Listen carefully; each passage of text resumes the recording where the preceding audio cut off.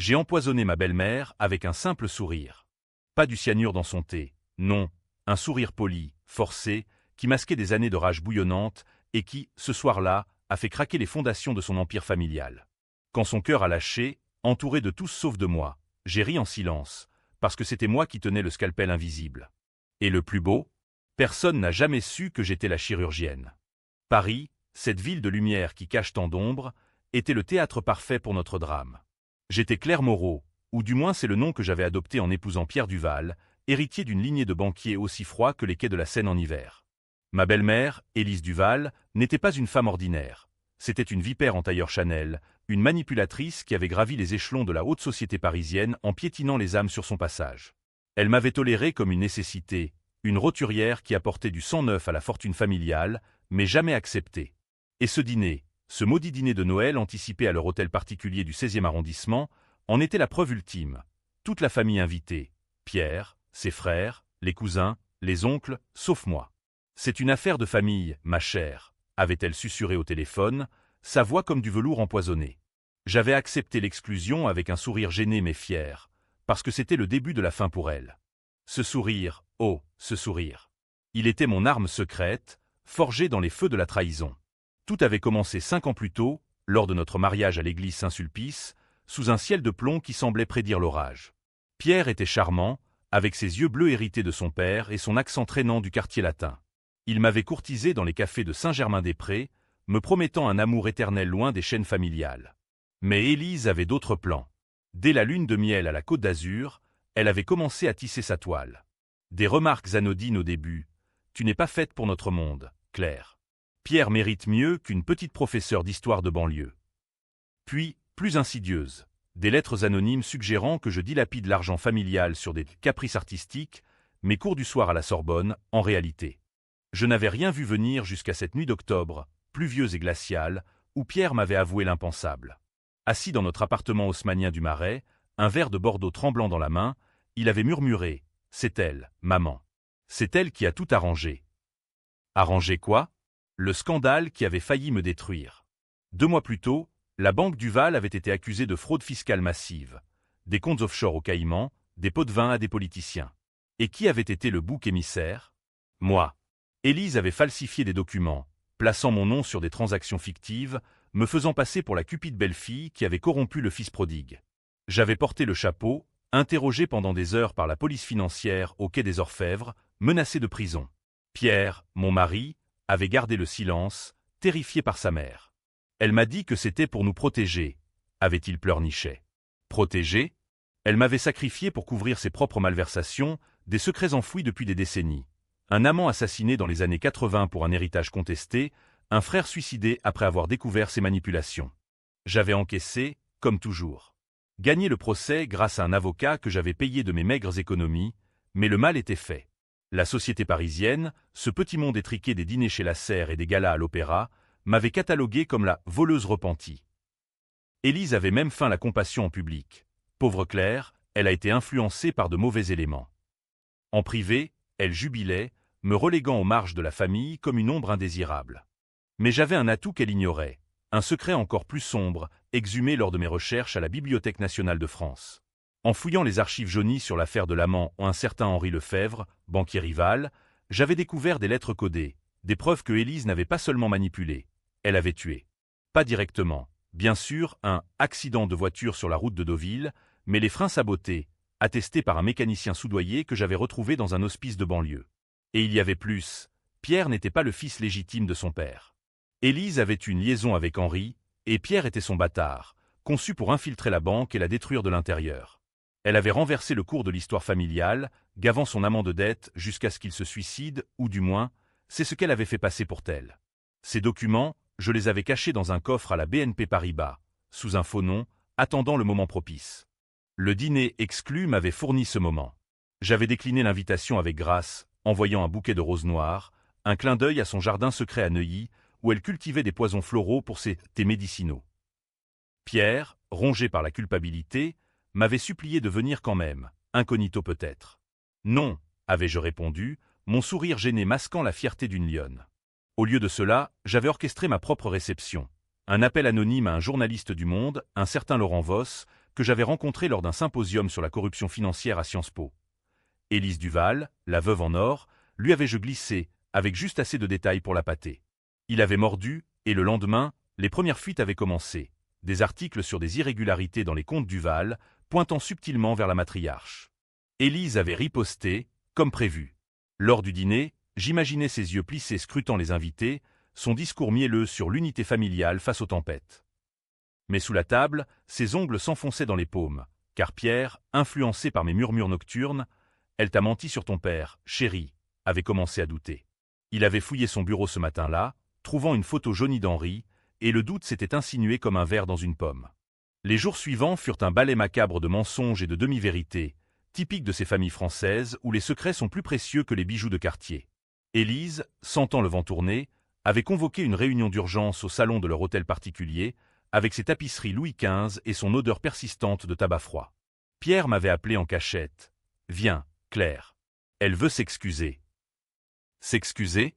Cette femme ne connaissait que le pardon qu'elle accordait aux autres, jamais l'inverse. J'avais ri, un rire bas et rauque qui avait résonné dans notre appartement vide. Dis-lui que je suis malade. Une grippe, peut-être. Ou pire, enceinte. Le silence à l'autre bout de la ligne avait été délicieux. Pierre, ce pauvre Pierre, coincé entre sa mère et son épouse, un pion sur l'échiquier de nos vies. J'étais allé, bien sûr. Pas pour les excuses, mais pour planter la graine suivante. Vêtu d'une robe noire simple, comme une veuve en deuil anticipé, je m'étais présenté à la porte, feignant la surprise. « Oh, Élise, je ne voulais pas vous déranger avec mon rhume. » Ses yeux de serpent, m'avaient transpercé. « Ma chère, entrez. Nous avons tant à discuter. » Le thé avait été servi, du Darjeeling, son préféré, que j'avais discrètement contaminé avec un laxatif inoffensif lors d'une précédente visite. Rien de mortel, juste assez pour la faire douter de sa santé, pour qu'elle voie des ombres partout. Assise dans le boudoir, entourée de portraits ancestraux qui semblaient nous juger, elle avait commencé son monologue. « Claire, ces rumeurs au journal. C'est absurde. Quelqu'un vous manipule, vous ou Pierre. » Sa voix tremblait légèrement, un mensonge mal ficelé. J'avais hoché la tête, mon sourire gêné de retour, fier en son fort intérieur. Peut-être, Élise. Mais si c'était la vérité? Et si Henri Lefebvre n'était pas mort par accident? Les mots avaient glissé de mes lèvres comme du vin versé, et son visage s'était figé, un masque de cire craquelant. Qui vous a dit cela? Avait-elle balbutié, ses mains arthritiques agrippant le dossier du fauteuil. J'aurais pu tout déballer là, sur le tapis persan, les lettres, le mécanicien, la paternité de Pierre. Mais non, la vengeance française est un art lent, comme un vin qui mûrit en cave. Au lieu de cela, j'avais sorti une enveloppe, une copie des premiers documents, juste un extrait, un teaser. Lisez ceci, Élise. Et demandez-vous pourquoi Pierre ressemble tant à un homme mort depuis 30 ans. Elle avait arraché l'enveloppe, ses yeux parcourant les lignes, et pour la première fois, j'avais vu la peur, pure, viscérale, comme un cri étouffé dans la gorge d'une duchesse déchue. Pierre, assis en retrait, avait pâli. « Maman !» avait-il murmuré, et elle avait pivoté, son masque de mère aimante fissuré. « C'est rien, mon chéri. Des calomnies d'une femme jalouse. » Jalouse? Oh, Élise, si seulement c'était si simple. J'étais sorti sous la pluie fine de novembre, mon cœur battant au rythme des klaxons parisiens, sachant que la machine était lancée. Le lendemain, Voss avait publié un éditorial, Les Duval, un empire bâti sur des tombes. Les actions de la banque avaient chuté de 15%, et les appels des cousins outragés avaient afflué. Mais Élise n'était pas du genre à se laisser abattre. Elle contre-attaqua avec une férocité qui força mon admiration réticente. Une semaine plus tard, un scandale me frappa de plein fouet. Des photos truquées, publiées dans Paris Match, me montrant en compagnie d'un homme, un acteur raté que j'avais croisé à une soirée, photoshopé pour ressembler à une liaison torride. La belle-fille rebelle, adultère et ambition, titrait l'article, signé d'un pseudonyme que je reconnus comme son secrétaire personnel. Pierre, ce faible, avait fondu en larmes. C'est faux, n'est-ce pas? J'avais acquiescé, mais le doute était planté.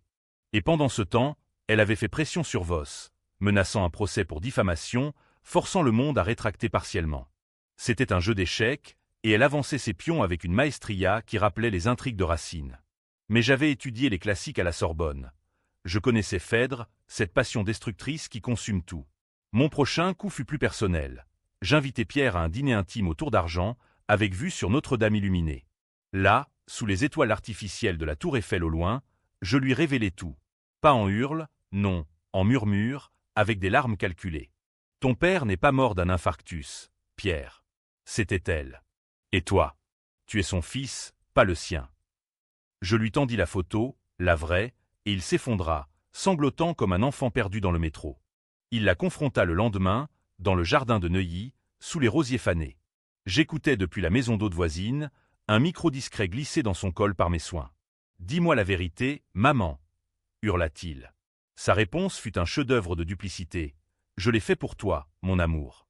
Henri était un monstre, il t'aurait rejeté. J'ai protégé notre famille. » Protégé? En le faisant naître de mensonges? Pierre partit, brisé, et Élise, seule, appela son avocat. Mais le poison coulait déjà dans ses veines, le doute familial. Noël approchait, et avec lui, le gala annuel des Duval à l'hôtel de ville. Elle m'invita enfin, par courrier formel, pour sceller la paix. Mon sourire, ce sourire. Il était maintenant une lame aiguisée. J'acceptai, prévoyant le coup fatal. Le gala fut un tourbillon de soieries et de faux-semblants, l'essence même de la bourgeoisie parisienne. Des rires cristallins masquant des fortunes bâties sur des dettes, des diamants qui brillaient comme des larmes gelées. J'arrivai en retard, dans une robe rouge sang de chez Dior, un clin d'œil à la guillotine qui avait décapité tant de secrets dans l'histoire de France. Pierre m'escorta, son bras rigide, ses yeux évitant les miens. Il n'avait pas encore digéré la révélation, oscillant entre haine et loyauté filiale. Élise, au centre de la salle, rayonnait en perles et en hypocrisie, toste à l'harmonie retrouvée. Je dansais avec les oncles, ces reliques bedonnantes du quartier des Champs-Élysées, glanant des ragots. Élise semble fatiguée, non? Ces articles la rongent.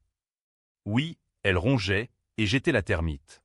Pendant la pause, je m'éclipsai vers les jardins suspendus, où Voss m'attendait, cigarette à la main, son trench-coat battu par le vent hivernal. « Vous avez les preuves ?»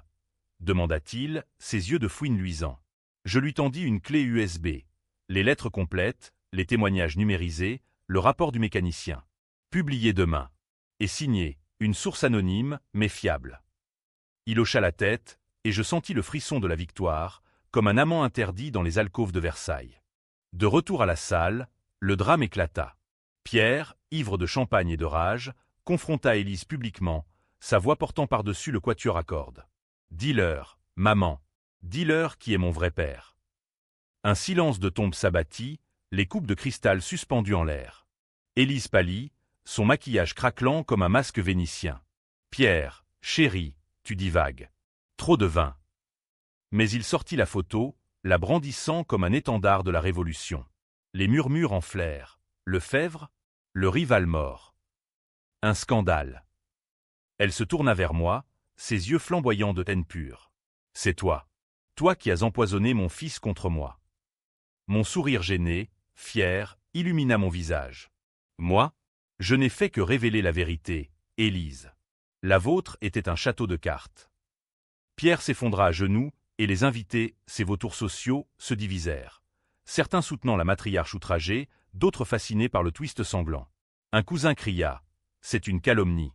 Claire est une intrigante. » Une tante murmura « Enfin, la vérité sur ces Duval. » La nuit se termina en chaos. Police appelée pour trouble, Élise évacuée en ambulance feinte pour un malaise. Chez nous, Pierre me supplia « Aide-moi à l'oublier. » Mais oublier? Non, c'était le moment du coup de grâce. Le matin, Le Monde publia l'article « Élise Duval, meurtre, mensonge et un empire illégitime ».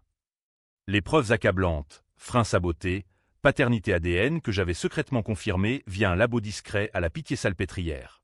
La banque s'effondra, action à zéro, enquête fédérale lancée. Élise, assignée à résidence, jure à vengeance, tu paieras, Claire. Pour chaque larme. Sa riposte fut tordue, digne d'un Balzac sombre. Elle contacta mon passé, ma sœur aînée, Sophie, que j'avais protégée d'un père abusif en banlieue lyonnaise. Via un détective privé, Élise révéla à Sophie des lettres forgées où je l'accusais d'avoir volé mon enfance. Sophie, blessée, coupa les ponts, me laissant seule avec mes fantômes. Puis, Pierre, elle le manipula à nouveau, feignant le repentir dans une lettre larmoyante. Ton père était un saint, clairement pour nous séparer. Il hésita, me quittant pour réfléchir dans leur maison de Provence. Seul à Paris, sous la neige rare de décembre, je sentis la tension monter, Huam comme un opéra wagnérien. Mon plan B, contacter les enfants de Henri Lefebvre, orphelin déshérité, vivant dans la misère à Marseille. Une réunion clandestine dans un bistrot du Vieux-Port, où l'odeur d'anis et de regret imprégnaient l'air. Elle a tué notre père, dirent-ils, et je leur tendis les preuves restantes. Poursuivez-la. Pour justice. Ils acceptèrent, et bientôt, une plainte pour meurtre ancien fut déposée, ravivant l'affaire. Élise lutta, son avocat plaidant la folie, une femme brisée par le deuil. Mais les médias, affamés, la dévorèrent. Documentaire sur France 2, podcast sur les ombres des Duval. Pierre revint, brisé. C'est vrai. Je suis un imposteur. Nous nous réconciliâmes dans les bras l'un de l'autre, mais était-ce amour ou pitié? Le procès approchait, et avec lui, mon dilemme. Témoigner ou non? La vengeance me consumait, me rendant complice de sa chute. Était-ce justice, ou juste une soif de sang? Le palais de justice de Paris, avec ses colonnes néoclassiques et son écho de pas accusateur, était le décor idéal pour notre climax.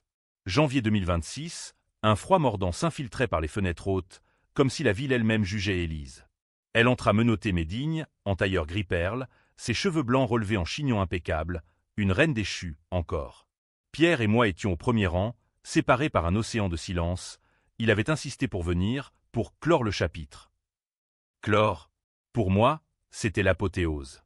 Le procureur, un homme sec comme un crottin de cheval de course, déroula les charges, fraude, manipulation et homicide involontaire sur Henri Lefebvre. Les preuves défilèrent, mes documents, les témoignages des enfants Lefebvre, même l'ADN confirmant la paternité de Pierre. La salle bruissait, journalistes griffonnant frénétiquement, famille divisée en camps. Les partisans d'Élise, ses sœurs, des amis de la Croix-Rouge, murmuraient « persécution féminine », tandis que les progressistes acclamaient « la fin d'une ère toxique ». Son tour vint. « Je plaide non coupable », déclara-t-elle, sa voix ferme comme du marbre. Puis, le twist qu'elle avait mijoté, « Tout cela est l'œuvre de Claire Moreau. Elle m'a piégé pour venger une exclusion ridicule. » Ridicule? Mon cœur s'emballa. Elle produisit des emails falsifiés, soi-disant de moi à Vos, promettant une prime pour la ruine des Duval. Et pire, un enregistrement truqué où je murmurais « Je la détruirai, Pierre, même si je dois mentir. » La salle explosa en murmures. Pierre se tourna vers moi, yeux écarquillés. « Claire. » C'était son coup de maître, une volte-face qui divisait l'opinion comme un roman de Zola. Était-elle victime d'une belle-fille jalouse ou monstre manipulateur? Les réseaux sociaux s'enflammèrent. Justice pour Élise vs Vérité Duval. Des pétitions en ligne, des débats sur CNews où des commentateurs criaient « MeToo inversé » contre moi. J'étais la sorcière maintenant, accusée de calomnie, menacée de contre-procès. Dans notre appartement, Pierre hurla « As-tu fabriqué tout ça ?» Je niai, mais le doute le rongeait, et il partit à nouveau, vers elle cette fois, pour la vérité. Seul, je déambulais le long de la Seine gelée, les lumières des ponts dansant comme des spectres. La tension était palpable, Huam, un nœud gordien que seul un geste radical pouvait trancher. Mon allié inattendu fut Sophie. Contactée par un journaliste, elle avait lu les vraies lettres d'Élise à notre père, des manipulations pour la monter contre moi. « Pardonne-moi, Claire », pleura-t-elle au téléphone. C'est elle, la toxique. Renforcé, je préparais ma défense. Un expert en informatique qui démantela les faux emails, traçables à son secrétaire. Et l'enregistrement? Une superposition vocale grossière, révélée par un acousticien de l'INA. Le contre-interrogatoire fut sanglant. L'avocat d'Élise me piégea. « Madame Moreau, n'avez-vous pas géré les comptes offshore pour aider la famille ?» Non, c'était elle qui m'avait forcé à signer, sous menace. Je comptais tout, la fraude initiale, mon rôle de bouc émissaire, les nuits en cellule. La salle retint son souffle quand je sortis l'arme fatale, le journal intime d'Henri, acheté aux enchères chez Drouot, où il décrivait ses peurs d'Élise. Elle me tuera pour l'héritage. Larmes aux yeux, vraies, cette fois, je conclus, ce n'était pas vengeance. C'était survie. Le jury délibéra 3 jours, Paris sous la neige, la tension nationale palpable. Pierre revint la veille du verdict, brisé, je te crois. Mais elle est ma mère. Le verdict tomba, coupable sur tous les counts, 20 ans ferme. Élise s'effondra, hurlant traître. Son masque brisé. Les acclamations fusèrent, mais aussi des huées, injustice, cria un partisan. Moi, je souris, gêné, fier, libéré. Mais la vengeance a un prix. Pierre demanda le divorce. Trop de sang sur nos mains. Sophie revint, mais distante. Et Élise, de sa cellule à Fresnes, m'envoya une lettre. Tu as gagné la bataille, mais la guerre est éternelle. Pierre est à moi. Les mois suivants furent un purgatoire gris, comme les toits de Paris sous un ciel perpétuellement voilé. La banque Duval renaquit sous un nouveau nom, géré par les cousins repentis, mais sans Pierre. Il s'était exilé à Bordeaux, gérant un vignoble modeste, loin des intrigues. Moi, Claire Moreau-Deval, ou simplement Claire désormais, j'avais repris mes cours à la Sorbonne, enseignant l'histoire des trahisons royales, Médicis, Valois, et maintenant Duval. Les étudiants me regardaient avec un mélange de fascination et de pitié, murmurant « c'est elle, la vengeresse ». La société, capricieuse, m'avait réhabilité partiellement. Un livre-mémoire en gestation chez Gallimard, des invitations à des dîners littéraires où l'on chuchotait, courageuse, mais impitoyable. Pourtant, les nuits étaient hantées. Je rêvais d'Élise, son sourire carnassier dans la pénombre de Fresnes, complotant encore. Et le twist final, celui qui causa les débats les plus vifs, survint un soir de printemps, lors d'une visite imprévue. Pierre apparut à ma porte, barbu, usé par le soleil du sud-ouest, un dossier sous le bras. Lis ça, Claire. C'étaient des lettres d'Élise, écrites de prison, non pas des menaces, mais des aveux. J'ai tout fait pour te protéger, Pierre. Claire. Elle est comme moi. Une manipulatrice née. Mais je l'admire. Et puis, la bombe. Ton vrai père, Henri, n'est pas mort par ma main. C'était un suicide, il l'a écrit. J'ai juste accéléré le destin. Accompagné d'une note d'Henri, forgée ou vraie. Voss, consulté, trancha, authentique. Le monde explosa à nouveau.